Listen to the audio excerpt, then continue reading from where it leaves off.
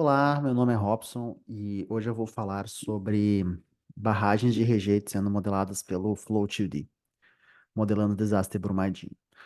Quando eu comecei a preparar esse webinar, a minha ideia original era apenas modelar o desastre Brumadinho e mostrar como é feito pelo Flow2D. Mas todos os nossos materiais de vídeo que estão disponíveis no YouTube, todos eles têm a teoria em inglês, né? Então eu pensei, vou aproveitar esse webinar e vou dar uma pincelada na teoria de rompimento de barragem pelo Flow2D, os métodos de rompimento de barragem. Até vou avançar o slide aqui.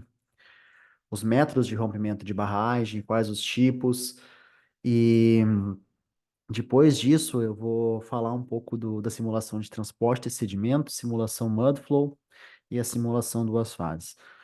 Realmente aqui para talvez o ideal, né, para falar da teoria seria eu fazer um webinar para cada um desses temas, né? Seria o mais correto em função do tempo, né? Então, eu basicamente vou dar uma pincelada aqui na teoria e caso surgir alguma dúvida para vocês no final da apresentação, vocês podem perguntar, né? Então, eu vou estar respondendo, o Jim vai estar respondendo. Qualquer pergunta é muito bem-vinda, né? E por fim, então, ao final do webinar, eu vou mostrar simulações de Brumadinho, considerando um rompimento com água, né? Sem lama, né?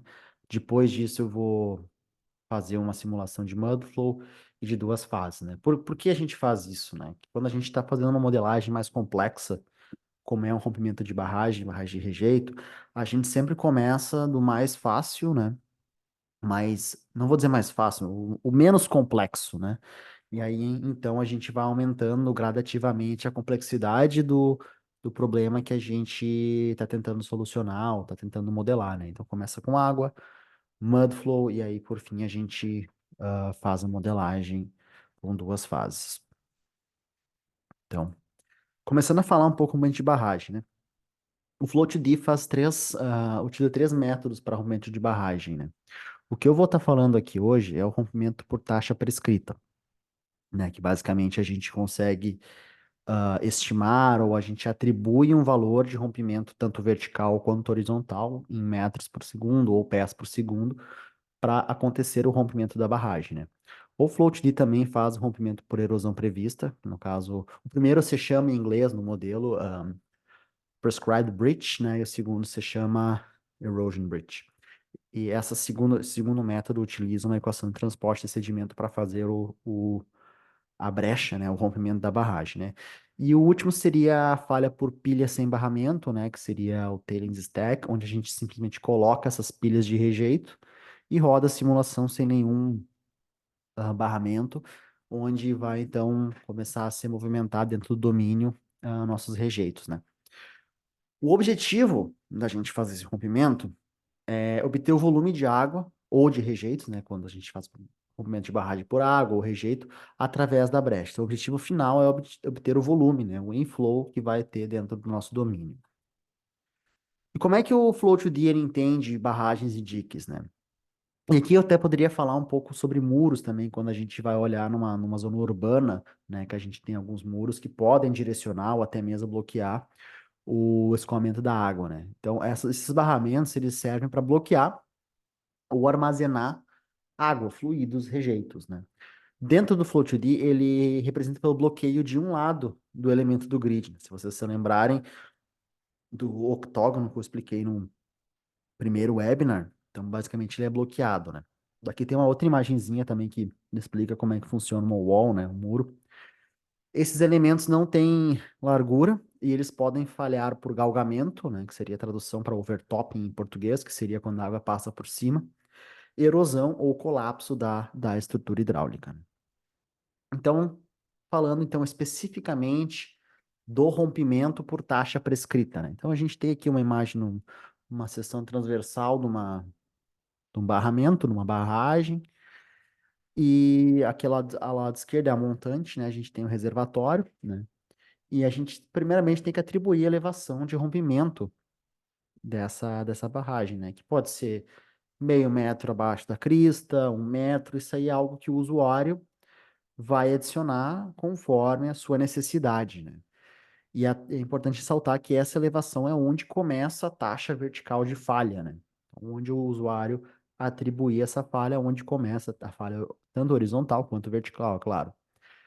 E também é possível, utilizando esse método, fazer um rompimento instantâneo da barragem, que eu vou falar em alguns slides na frente. Ahn, Olhando então o que que seriam, né, assim, de uma forma mais didática, né, o que que seriam essas taxas prescritas de rompimento horizontal e vertical, né? Seria o quanto vai rompendo o barramento no eixo horizontal, né? Quantos metros por segundo, quantos pés por segundo vai rompendo no eixo horizontal. E aqui também a gente tem esse mesmo mecanismo no eixo vertical, né? De rompimento da barragem, né? E qual é que são os dados que a gente precisa para realizar esse rompimento por taxa prescrita? O primeiro que eu coloquei aqui nessa lista, ele é um dado que ele não é um dado de entrada do usuário. Ele é um dado que a gente chama de hardwired.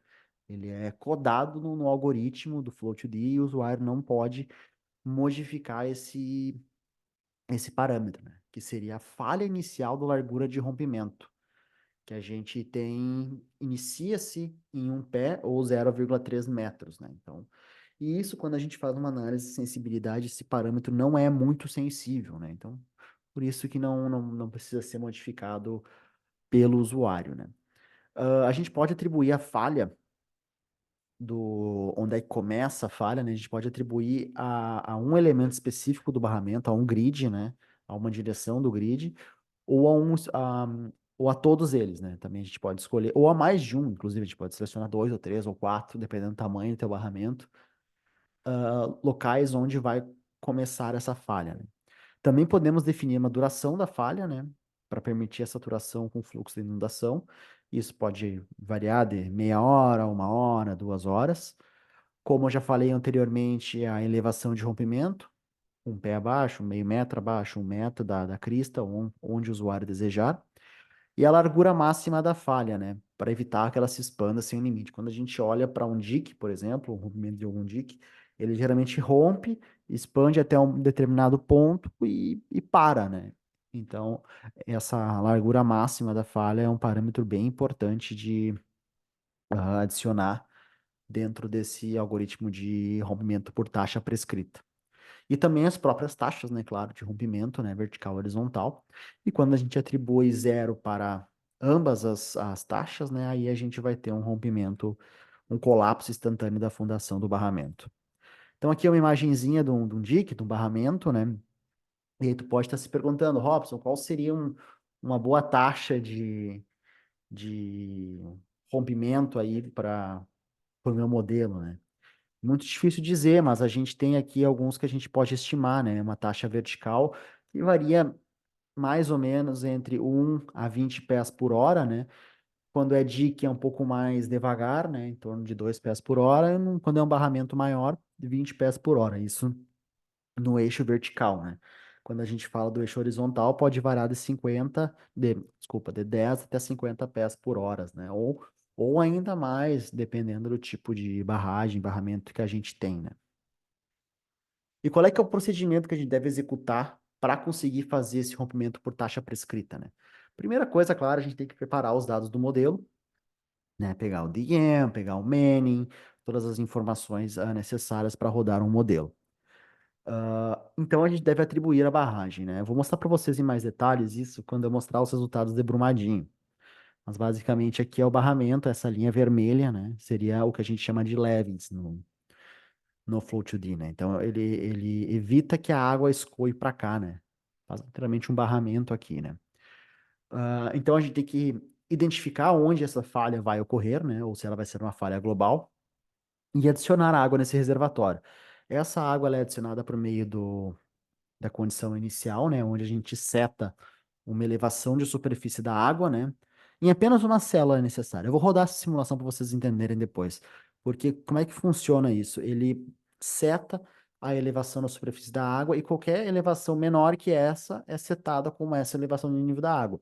Então, se não tem nenhum vazamento, né, se tudo aqui ao redor é maior que esse número, vai ser criado um reservatório, né? Então, geralmente a gente recomenda rodar o modelo com passo-tempo muito baixo, somente para verificar se existe algum tipo de, entre aspas, vazamento, né, desse reservatório.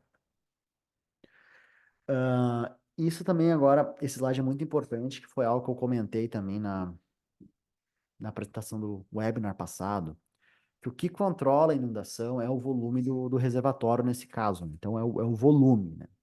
E como é que a gente consegue saber o volume do reservatório, né? Por batimetria, levantamento ou alguma análise do GIS, né? De SIG, né? E caso a gente não esteja feliz com esse volume que a gente está estimando, a gente pode alterar um pouco a topografia do leito, diminuindo, aumentando algum elemento ali da grade para bater com o volume que a gente está interessado em fazer o rompimento da barragem, né? É importante ressaltar que a maioria dos DEM, dos modelos digitais de elevação do terreno, todos eles mostram o nível da água, né? Então, esse tipo de produto tem que ser de alguma forma manipulado para a gente conseguir ter o leito, né, original, né? E como eu falei anteriormente, inicia uma simulação, olha o resultado do arquivo chamado summary.out para verificar se o volume, né, vai ter, bem no comecinho do arquivo, vai ter esse dado aqui, né? Aí a gente verifica se o volume que está prevendo dentro desse reservatório é o que a gente deseja que seja simulado, né? E por fim, o Float-D ele gera como arquivo de saída esse arquivo chamado Prescribed Breach Kill, né? Que seria, no caso, tempo e a vazão que passa pela brecha, pelo breach, né? Por onde estava rompendo a barragem, né? E a gente pode utilizar esse arquivo de saída para fazer uma análise da sensibilidade de algum dos parâmetros que a gente tem para otimizar o hidrograma, né, do rejeito ou da água que sai por essa brecha, por esse rompimento, né?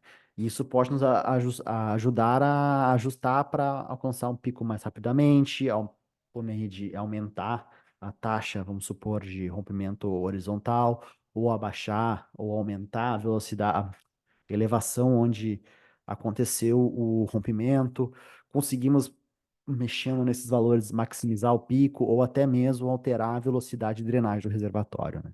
Então, esse arquivo ele pode ser muito útil para a gente conseguir ajustar esses dados conforme a nossa necessidade, né?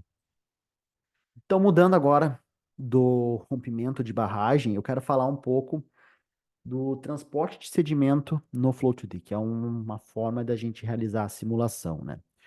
Dentro do Float-D, eu realmente é um webinar inteiro para falar sobre cada um dos tópicos que eu vou falar agora. Então é realmente uma pincelada em tudo.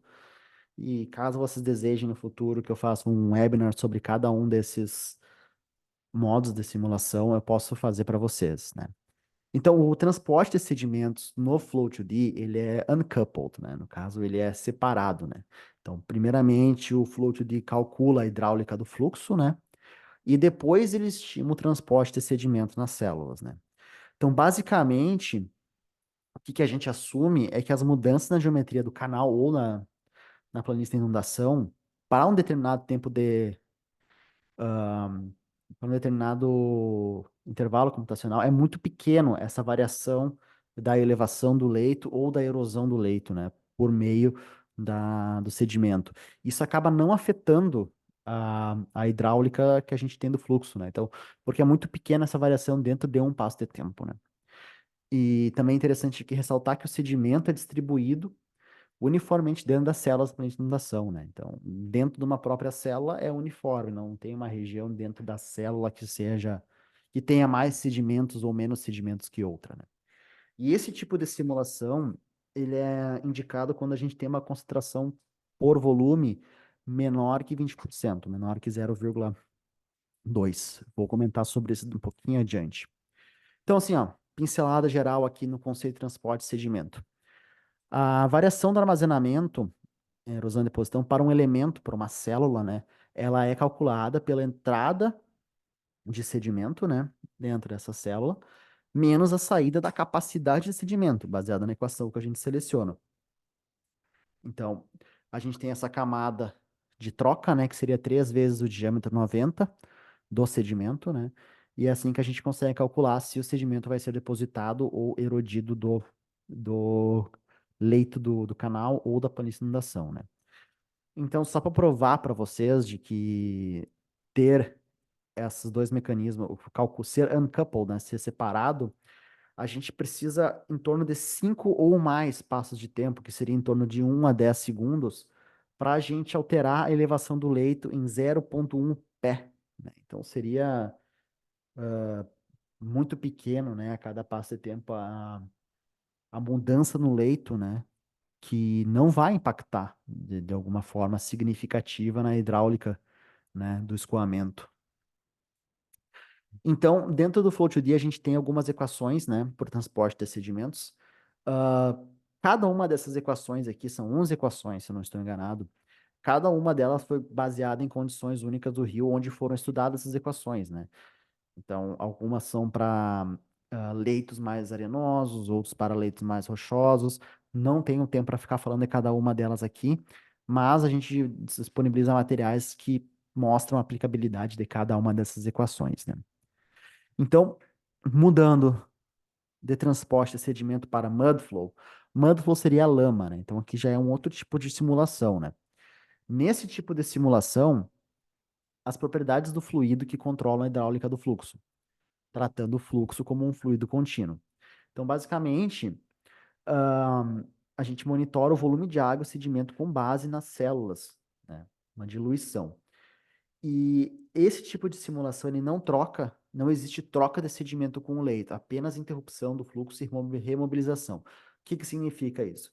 Que é um tipo de fluido que carrega muito mais sedimento, né? Mais que 0,2.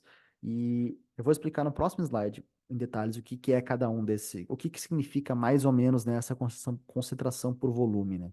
Mas no caso do Mudflow, ele não realiza uma troca, né? Ele está escoando, né? Está se movimentando o Mudflow, ele apenas para, né? E aí a gente tem, claro, uma variação ali, né? De onde é que parou o Mudflow, e também a remobilização desse fluxo. Então, é assim que funciona o Mudflow. Então, é aqui que eu quero parar um pouquinho mais para fazer vocês entenderem muito bem o que eu estou querendo dizer com essa concentração de sedimento por volume, né? Vamos olhar somente para essa coluna aqui, né? Então, quando a gente tem uma concentração de sedimentos por volume menor que 0,20, 20%, a gente tem uma simulação que se assemelha muito à água, né? Uma simulação de água com carga suspensa, convencional e carga de fundo, normal. A partir desse valor aqui de 0,2 até 0,4, a gente tem o que o Jim chama de mud flood, né? E quando a gente tem valores mais baixos, não vou ler todos aqui, mas quando a gente tem valores mais baixos, a gente já tem uma ação de onda um pouco distinta, porém a superfície é fluida e todas as partículas repousam no leito em condição de fluido quiescente. Conforme vai aumentando essa concentração por volume, conforme vamos tendo mais sedimento por volume, chegando aqui nesse limiar de 0,4, a gente já vê que o fluxo se mistura facilmente, mostra propriedades fluidas em deformação, espalha-se na superfície horizontal, mas mantém uma superfície fluida inclinada. Configuração de partículas grande, ondas que aparecem, mas se dissipam rapidamente. Então, a partir de 0,45 aqui, a gente já tem o que a gente chama de mud flow, né? Que o fluxo ele se espalha em superfície plana, coeso, em alguma mistura, chegando aqui em torno de 0,55, onde o fluxo é evidente, ele é sustentado por uma fluência lenta, deformação plástica sobre o próprio peso, coeso e não se espalhará em superfície nivelada. Então, aqui já é uma condição de mud flow. Eu pensei em trazer alguns vídeos aqui para vocês, mas realmente vou ficar sem tempo de falar tudo o que eu quero.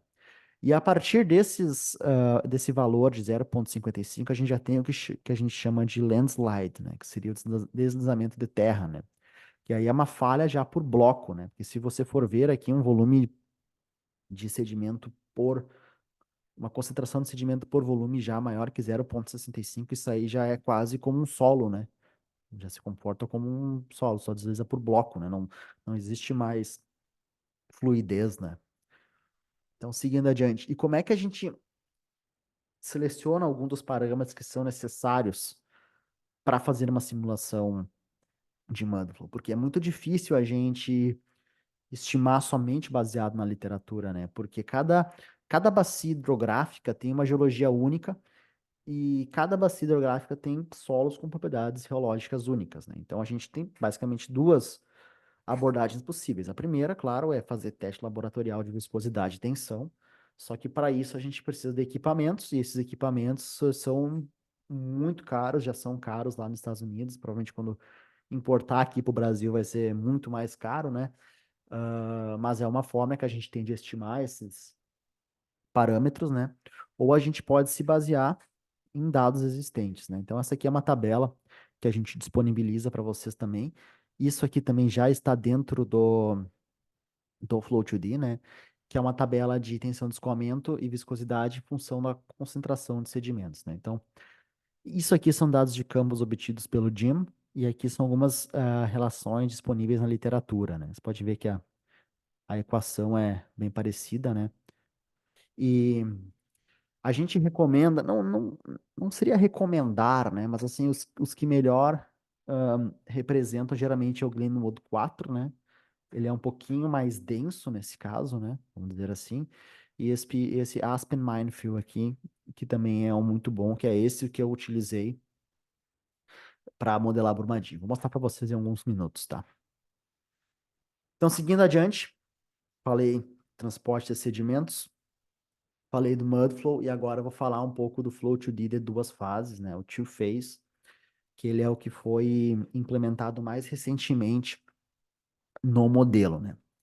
Então, primeiramente, eu vou vou mostrar aqui um caso, né, onde essa situação seria bem aplicada, né? Então, a gente tem uma barragem de rejeito aqui, né? Um barramento, rejeito, e aqui a gente tem um espelho d'água, né? Eu não sou muito da área das barragens, mas até onde eu sei, se chamam isso de praia, né? Onde acaba ficando uma lâmina d'água em cima do rejeito, né? Essa lâmina d'água pode ser alguns centímetros, metros, né? Acaba ficando em cima. E quando acontece o rompimento da barragem, a gente tem então esse rejeito na parte inferior, porque ele é mais denso, né, que a água, e essa água na parte superior. Quando rompe, acaba acontecendo uma troca de sedimento entre essas duas camadas, né? Então, água e rejeitos. Aqui, então, só um detalhe de um desenho, né? Então, a água fica armazenada na parte superior. Na parte inferior, a gente tem o tailings, né? Que é o rejeito e a barragem aqui. Aí tu pode estar se perguntando, mas isso é só para barragem de rejeito? Não, a gente pode ter, por exemplo, um mudflow acontecendo num canal, ou o oposto, no caso, a gente tem um rio, e esse mudflow acaba chegando dentro de um rio, né? Então ali vai ter um contato entre essas duas camadas e como é que isso vai se comportar, né? Então é outra forma da gente fazer esse tipo de modelagem. Então, por que que a gente decidiu implementar esse método de duas fases aí, né? Porque a gente tem algumas limitações no transporte de sedimentos e também do mudflow, né? Quais seriam essas limitações que foi o que nos motivou a implementar esse fluxo de duas fases, né? Então, olhando para o transporte de sedimento, a gente vê que as equações convencionais, elas não são válidas para concentrações por volume maior que 20%, né? Esses modelos de sedimento diluídos ignoram as tensões viscosas e dispersivas, né? E aí, quando a gente olha por o Mudflow, a gente não tem uma troca de leito, né? Erosão e deposição, quando a gente está fazendo uma simulação Mudflow. Não é possível prever a velocidade de queda das partículas e o arrasto em fluxos viscosos com colisões de partículas. Então, o objetivo da gente ter implementado o fluxo de duas fases é integrar, né, esse fluxo de fluidos, né, o transporte de sedimentos e o fluxo de Mudflow na mesma simulação para resolver situações onde a gente tem, por exemplo, barragem de rejeitos com com espelho de água em cima, né? Então, falando um pouquinho da teoria, que não vou me ater muito, né, mas basicamente funciona como duas camadas, né? Na camada inferior, a gente tem o mudflow, né, que o escoamento na parte inferior desta camada, ele é bem viscoso. Na parte superior desta camada, ele é turbulento viscoso. E na camada superior, a gente tem o fluido, né, com transporte a sedimentos, onde na camada inferior desta camada de fluido, a gente tem um escoamento turbulento dispersivo. E na camada mais superior, um escoamento totalmente turbulento, né? Então, se a gente tem o escoamento vindo da esquerda para a direita, a gente tem a maior concentração por volume dentro da camada de Mudflow, e essa concentração por volume vai diminuindo dentro da camada do fluido, né? E quando a gente olha para a velocidade, a gente tem uma velocidade mais baixa, né? Dentro da camada de Mudflow, e na camada de fluido essa velocidade é um pouco maior, mais relevante, né? E entre essas duas camadas a gente tem uma troca de sedimento, né? Então, quais seriam os conceitos, né, desse fluxo de duas fases, né? A fase fluida superior, a camada superior, ela segue processos convencionais de transporte de sedimento. Já a camada inferior, ela segue o fluxo de sedimento hiperconcentrado, onde dominam as tensões viscosas, né, o mud flow. Entre essas duas camadas, a gente tem a troca de sedimento. O fluxo pode parar dentro da fase de mud flow, né? Ele pode cessar o fluxo ou também remobilizar.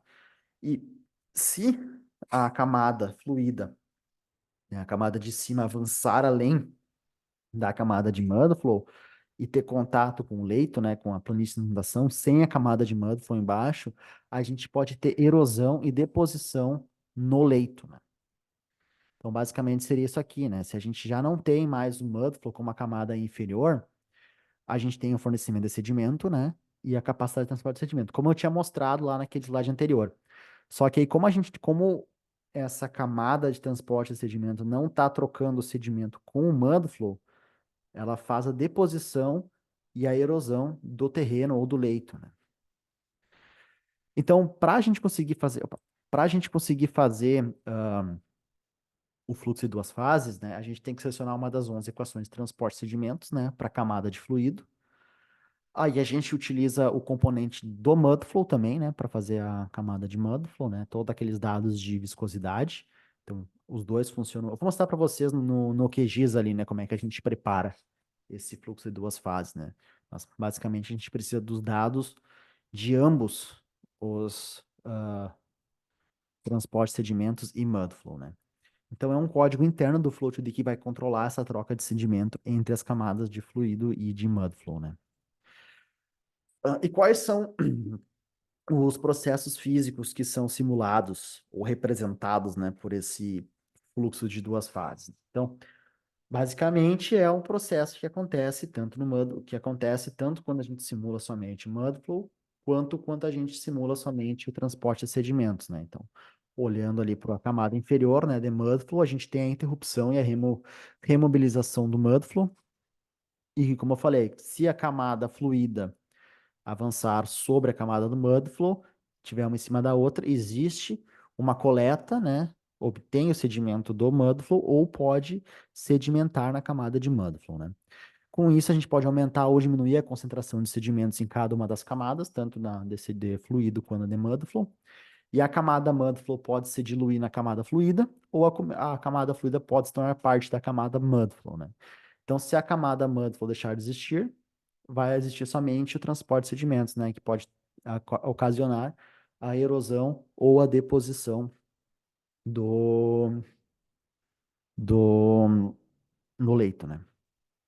Então, basicamente, quais são as regras, né, que a gente tem para existir essa troca de sedimento na interface, né, naquela região, naquela camada entre o fluido e o mud flow, né? Quando a gente tem ambos, né? A erosão líquida, né? Então, quer dizer, o que que significa por erosão líquida, né? Seria quando a camada, ou a concentração por volume é menor que 0,20, né? Então, o sedimento do fluido, ele é retirado do mudflow. Então, vamos dizer assim, uma linguagem mais básica, né? O fluido suga o sedimento do mudflow, né? Quando a gente tem erosão líquida, né? E sem mudflow, a gente erode o leito ou a planície de inundação, né? Quando a gente tem uma deposição, que seria quando a concentração por volume é maior que 20%, e a gente tem a camada de mudflow, o sedimento que está naquele fluido ele é depositado, ele é adicionado à camada de mudflow. E quando a gente tem a deposição, né, da camada líquida e não tem o mudflow, o sedimento da fase fluida ele acaba elevando o leito. No caso, existe uma deposição de sedimento no leito do canal ou na planície de inundação, né? E aí, quando a gente olha somente para o mudflow, quando a concentração é maior que 56%, que é muito alta, o mudflow ele é adicionado ao leito, porque ele cessa o escoamento, né? E quando a camada de mudflow é menor que 20%, o sedimento do mudflow e o volume de água, né, do mudflow são adicionados à parte fluida, né? Então aqui, na parte de baixo, tem alguns fatores de concentração por volume, que é o 0,56, que é o fator máximo de empacotamento para esferas uniformes, 0,615, concentração máxima de sedimentos de Bagnall, e CV entre 0,6 e 0,7 já é, como eu tinha dito anteriormente, né, uma porosidade natural do solo, né, já tem muito sedimento dentro de uma célula, né. E ressaltando também, né, que esses pequenos volumes que são trocados de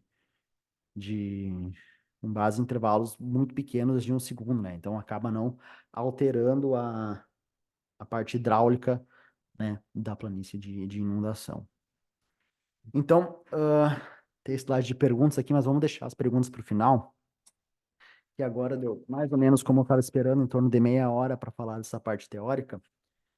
Eu vou mostrar, então, ah, a modelagem de Brumadinho. Um segundo para eu tomar uma água.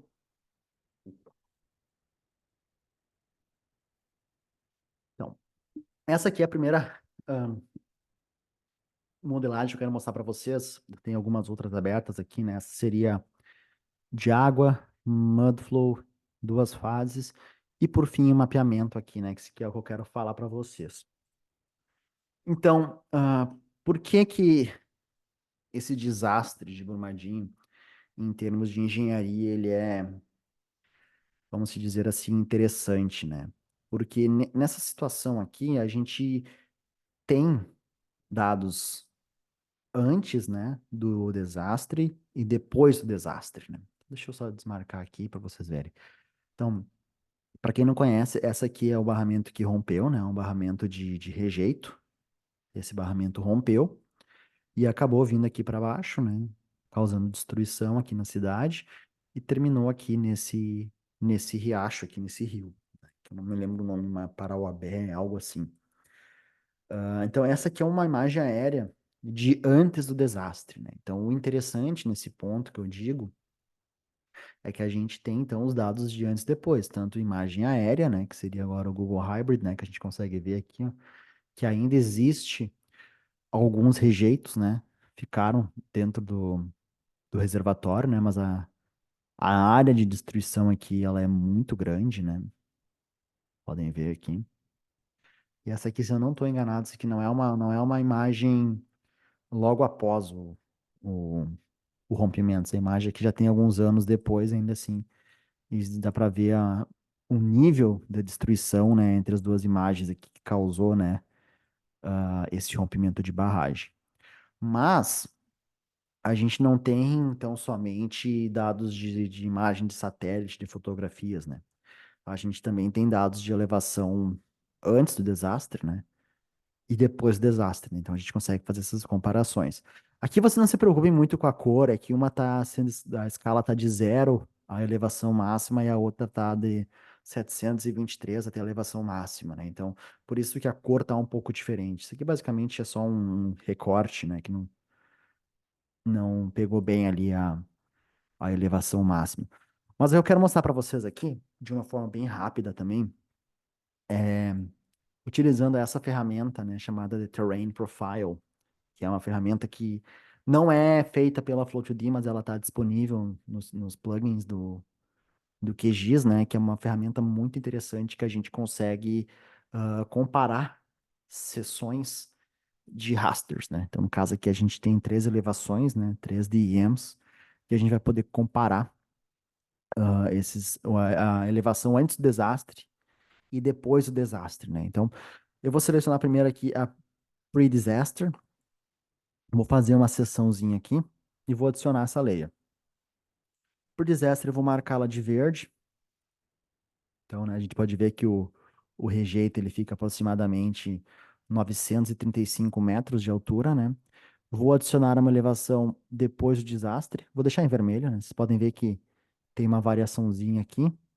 e a elevação modificada, que é a elevação pré-desastre, onde a gente utilizou essa Pre-Processing Tool, que ela remove barramentos, né, do DEM.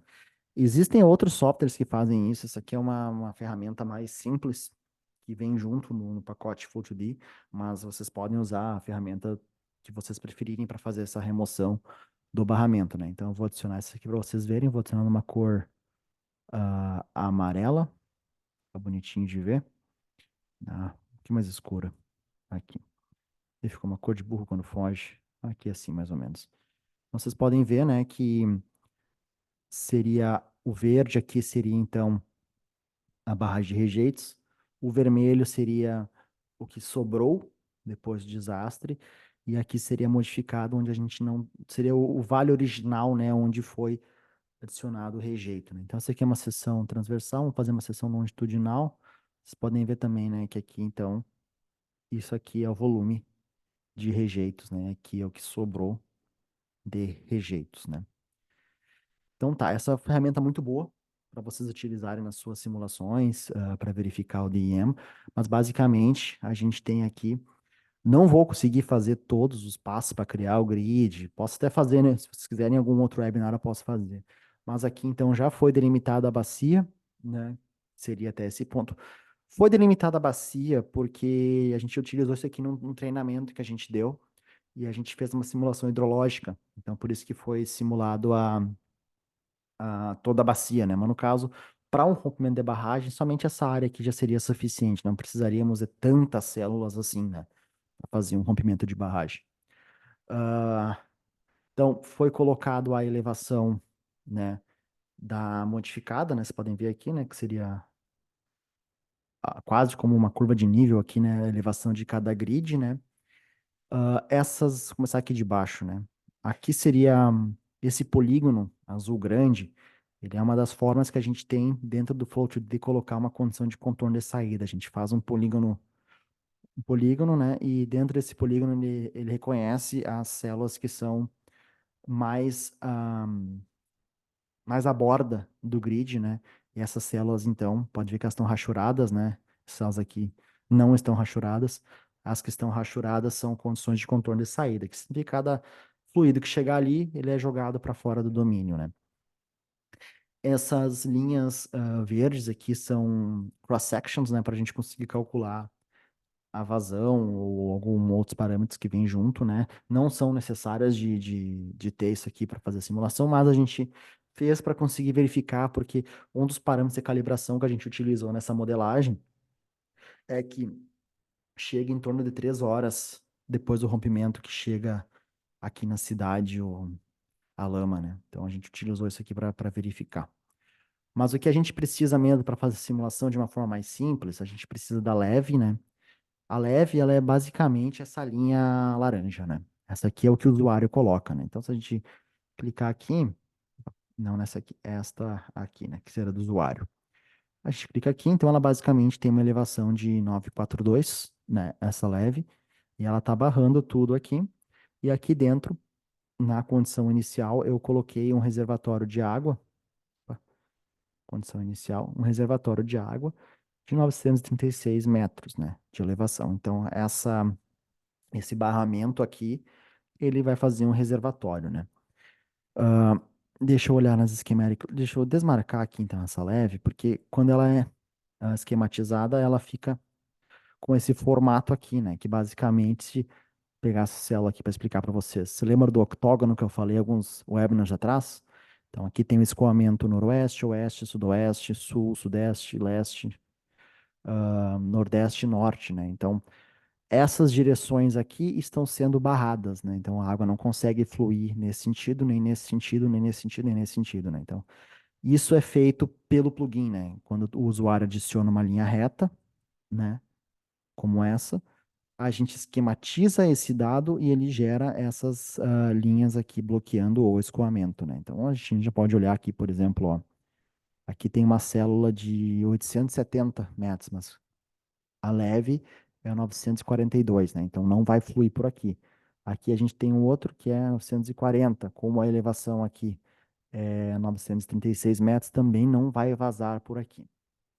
Então, para adicionar o reservatório, é só clicar aqui, clicar dentro do reservatório, salvar e depois esquematizar. Aí tá pronto, né? Então, o que que eu vou rodar duas simulações aqui com vocês e depois eu vou explicar os dados obtidos de todas as simulações que eu rodei.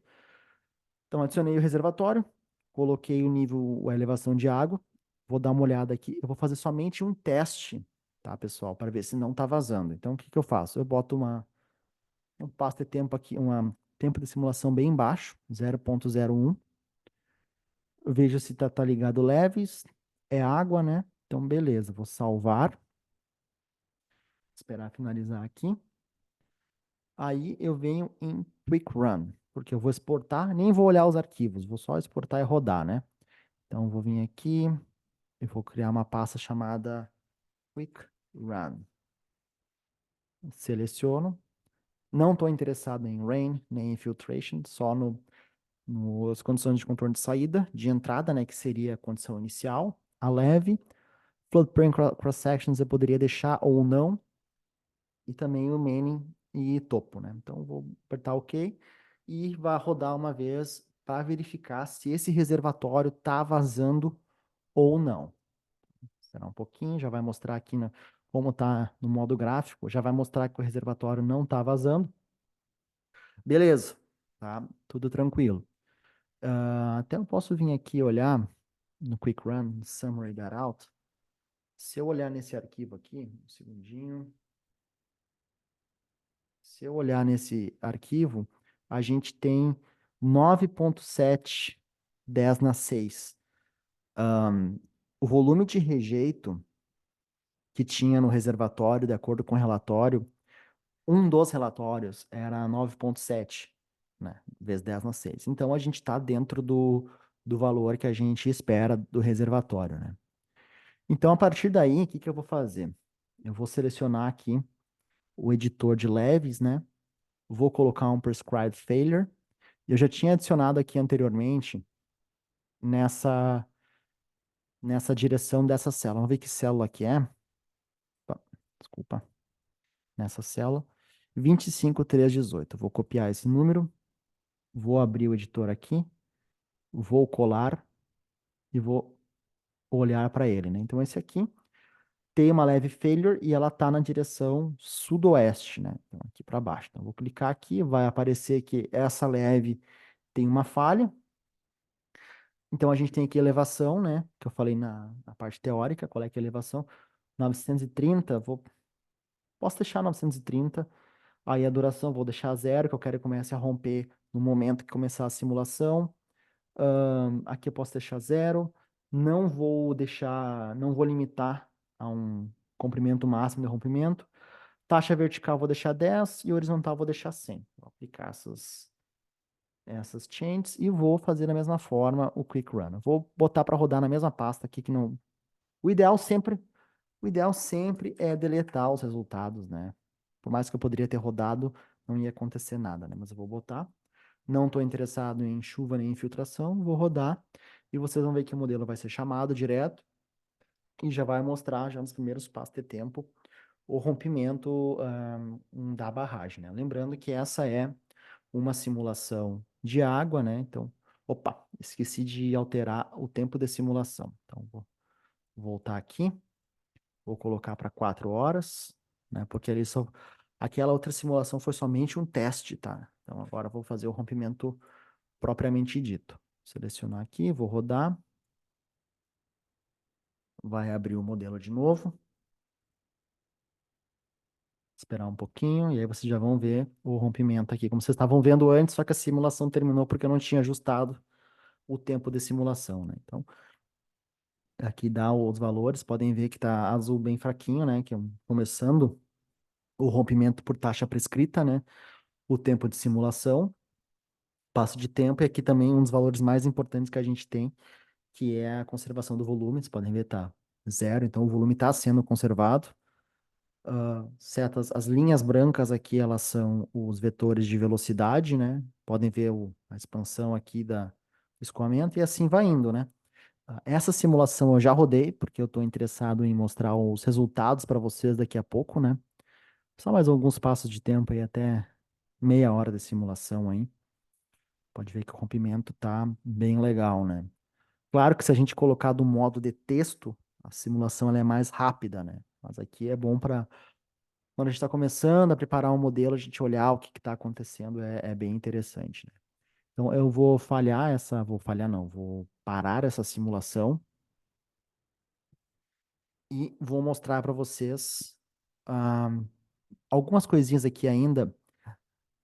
Se tu vem nesse ícone, Flow to Deep Parameters, e clica em Mud and Sediment Transport, tá como None.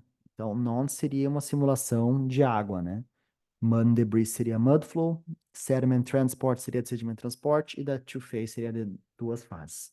Então, essa seria a simulação de Clearwater, né? Vocês podem ver, é bem simples de fazer a simulação no Flow2D, né? Principalmente para água, né? Como eu falei, conforme é sempre bom começar uma simulação de rompimento de barragem de registro da forma mais simples. A forma mais simples é começar com água, mud flow, two phase e assim por diante, né? Ir aumentando gradativamente o nível de complexidade no teu modelo. Então aqui o segundo, eu vou fechar esse aqui para não me atrapalhar. Então eu vou fechar o segundo aqui. Então basicamente é o mesmo modelo, aqui, se eu for renderizar a elevação, vocês vão ver que é o mesmo modelo, não tem nada de diferente. Se eu não estou enganado, esse aqui está com dois rompimentos aqui, um pouquinho diferente, mas esse aqui não vai impactar no resultado final, não se preocupe. A única diferença que tem é que quando a gente vem aqui em Mud and Sediment Transport, a gente adiciona os dados do Mudflow, né? Então a gente tem aqui uma gravidade específica de 2,65. Laminar Flow Resistance eu coloquei como zero, aí ele é computado baseado no número de Manning. A relação que eu utilizei foi a Aspen Minefield, poderia ter sido outras, né? Mas eu utilizei esta. E nada mais, para os parâmetros de Mudflow, né? Então, aqui dentro da Initial Condition Editor, vocês podem ver que eu coloquei uma elevação a mesma elevação, 936 para a água, a leve é a mesma, e esse número de Manning tem que ter para o reservatório. Basicamente foi isso que eu mudei.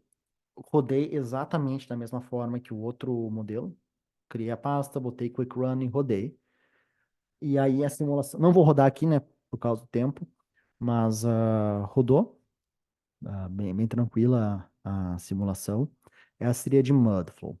E aí, por fim, a gente tem a simulação de Two-Phase, né? Que, como eu falei, a diferença está aqui, ó. Ela coloca o Mudflow, né? A Laminar Resistance, a relação é a mesma. E aí, aqui eu coloquei a equação de sistema de transporte de Yang. Não vou me lembrar agora, pessoal, mas algum desses valores aqui são baseados nos relatórios que foram criados depois do rompimento da barragem e alguns foram assumidos. Não me lembro quais que foram assumidos e quais que foram retirados dos relatórios, tá? Mas basicamente é isso que tu faz. Se tu colocar Sediment Transport, tu vai ver que só tem a parte de baixo, ó, que seria a parte de sedimento transporte. Quando tu adiciona o two-phase, tu pode adicionar dados de Mudflow e o transporte de sedimentos, né? Por causa de como eu expliquei para vocês durante a parte teórica, né? Então, basicamente isso. Também tem duas falhas nesse aqui. E a única diferença é a condição inicial, né? Que a gente tem um reservatório, e nesse reservatório a gente tem a elevação dos rejeitos e a elevação da água, né? Então aqui eu coloquei 2 metros de água. Não é o que está no relatório. O relatório, se eu não estou enganado, mas posso estar bem enganado, ele fala 0,5 metros de água. Algum dos relatórios, acho que são 3 relatórios que tem. Faz tempo que eu fiz essa modelagem. Mas aqui para mostrar para vocês o resultado de uma forma mais didática, né? Botei 2 metros de água que fica mais legal de ver o resultado. Então, até 934 metros é rejeito e depois 2 metros de água em cima, né? Lembrando que isso aqui é elevação, né? Então, no caso, seria essa elevação menos a elevação do terreno no DM, né? Então, se a gente olhar aqui, por exemplo, seria 934 menos 873. Isso aí seria o quanto de rejeito a gente tem nessa célula, né? Dito isso, já falei aqui, então a simulação roda da mesma forma, vai no Quick Run, seta aqui os valores, né? E roda essa simulação de duas fases, né? Então, dito isso, todas as simulações rodadas, eu vou mostrar para vocês aqui, os resultados, tá? Então, utilizando o MapCrafter, né, a gente só aponta, né, para onde os resultados estão localizados, né, onde o ponto out, onde os arquivos ponto .out estão localizados. Ele já vai mostrar para vocês que é uma simulação da Clearwater, Mudflow ou Two-Phase, ele já vai mostrar para vocês isso. E aí já vai te permitir criar os mapas, né? Então, esse aqui eu não vou perder muito tempo nessa aqui, porque essa aqui é só o reservatório, né? Então a gente pode ver aqui a profundidade máxima do reservatório, né? Que foi criada. Essa foi a primeira simulação que eu fiz, né? Então a gente consegue ter a variação aqui de 0 até 71 metros, né? Então, beleza. Seguindo adiante, a gente tem então aqui Clearwater, né? Água, com o Breach. Depois tem Mudflow e o Two-Phase, né? Então vamos começar com o Breach. Então, basicamente, esse é o. Quando a gente faz a simulação com água, né? Pode ver que a cor tá azul, né? Que demonstra que é uma simulação de água. Essa aí seria a profundidade máxima, né? Que é o que a gente de fato está interessado como produto da simulação, né? A gente também tem as velocidades máximas, né? Que no caso fica um pouco engraçado de ver, né? A escala fica estranha, né? Por causa que a velocidade máxima acaba sendo no início da simulação, quando a gente tem uma brecha muito pequena, né? Então a escala aqui fica um pouco estranha de ver, né? Aqui seria as profundidades máximas, as elevações máximas, a profundidade final, né? A gente vê que a gente tem uns 12 metros aqui de profundidade final. Velocidade final, a gente pode ver que aqui no deck tem esses leves triangulamentos aqui, a gente tem uma velocidade um pouco maior. Nesse aqui, é bem legal de ver os vetores da velocidade, né? Ó, a gente pode ver que tem uns vetores bem grandes aqui, ó, chegam a ficar fora do mapa, né? Que seria onde é que aconteceu a brecha, né? E os vetores de velocidade final, né? E nem dá para ver aqui, alguns pontinhos dá para ver ali. Também tem os dados do derivados, né? Que é onde é que é a profundidade e velocidade, né? Dado bem interessante. E por fim, a gente tem o tempo para um pé, tempo para dois pés, o tempo pro máximo, né? Isso aqui é o mais interessante de ver, né? Que logo ocorre o tempo para um pé, né? E por fim, a gente tem estruturas, leve déficit, acho que não vai aparecer nada. E a gente tem a força de impacto, né? Também no barramento, energia específica na brecha, pressão estática também maior aqui no reservatório, tá? Esses são os dados. Agora eu vou comparar. ah, 5 minutos. Eu vou comparar somente a profundidade, então, aqui, né? Então a gente pode ver que profundidade máxima, somente água, né? Então a gente pode vir aqui e abrir a profundidade máxima quando a gente tem Mudflow. Você pode ver que é bem próximo, né? Mas quando a gente tem água, apenas água, ela vai um pouquinho mais adiante porque não é tão denso, né? Essa simulação. Ah, Acho que comparar a velocidade não vai fazer muito sentido.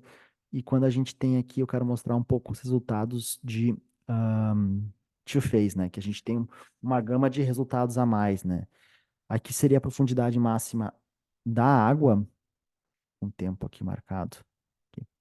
Pode ver que ela, como era somente 2 metros de água em cima, ele não acabou não chegando nem até o final, né?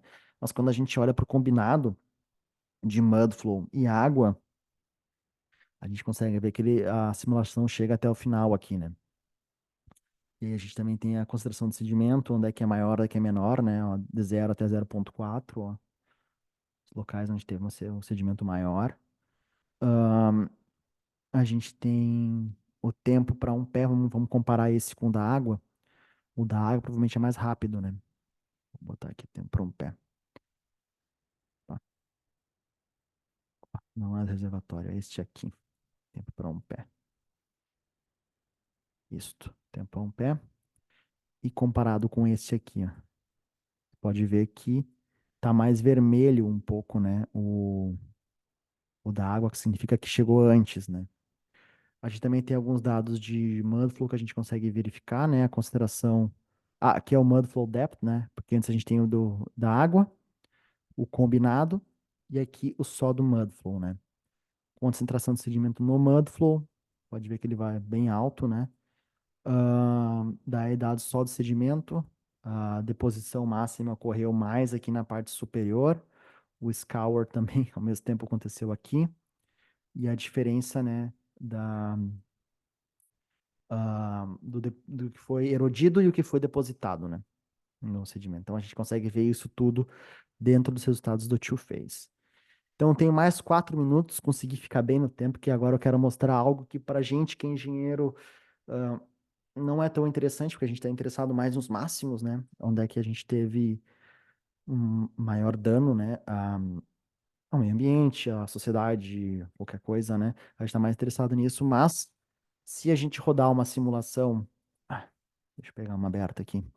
Rodar a simulação aqui e a gente colocar como time-lapse output here, aqui, no caso, coloca a hora de entrada, a hora de saída e o intervalo e bota para escrever o timedep.out, a gente vai poder utilizar o mesh aqui no QGIS e ver como é que aconteceu esse rompimento de barragem no tempo, né? Então, basicamente, a gente vem em layer, add mesh layer e seleciona esse arquivo, time depth. Eu tenho isso aqui. Eu realizei uma simulação com isso para mostrar para vocês. Então, a gente tem esse arquivo chamado timedep.out. É um arquivo bem relevante em termos de tamanho, né? Porque ele mapeia todo o resultado no tempo, né? Então ele acaba sendo um arquivo bem grande, mas que a gente vai solucionar isso nos próximos releases aí do plugin do Flow2D, que a gente vai passar isso para HDF5, que tem compressão e vai acabar diminuindo bastante esse arquivo. Mas isso é para depois. Então clique em Add, vocês vão ver que vai ser adicionado esse arquivo aqui, ó. Botar ele bem no topo. Clique no botão direito, propriedades, seleciono Depth here e aperto OK. Sumiu. Não, capaz, a gente tem que abrir o controle temporal do QGIS, apertar em play. Aí a gente tem que encontrar onde é que tá. Aqui, começando.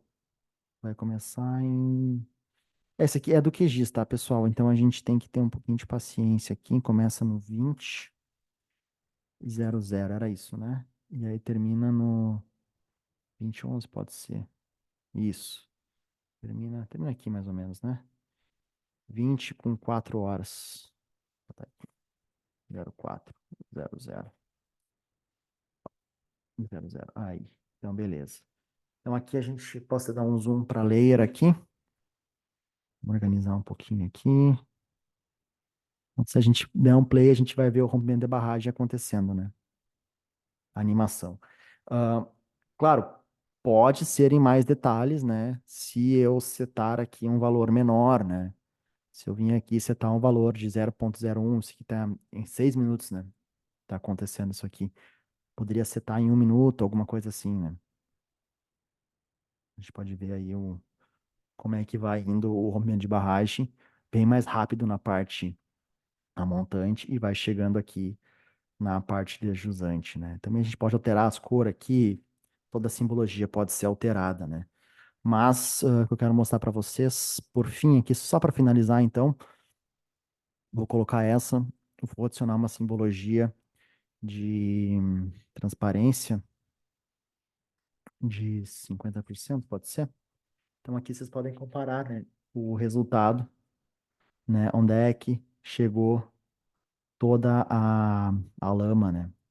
Pode ver que o Flow2D bate muito bem ah, onde é que chegou a lama, né? Claro, levando em consideração que essa imagem que a gente tem é um pouquinho mais atual, né?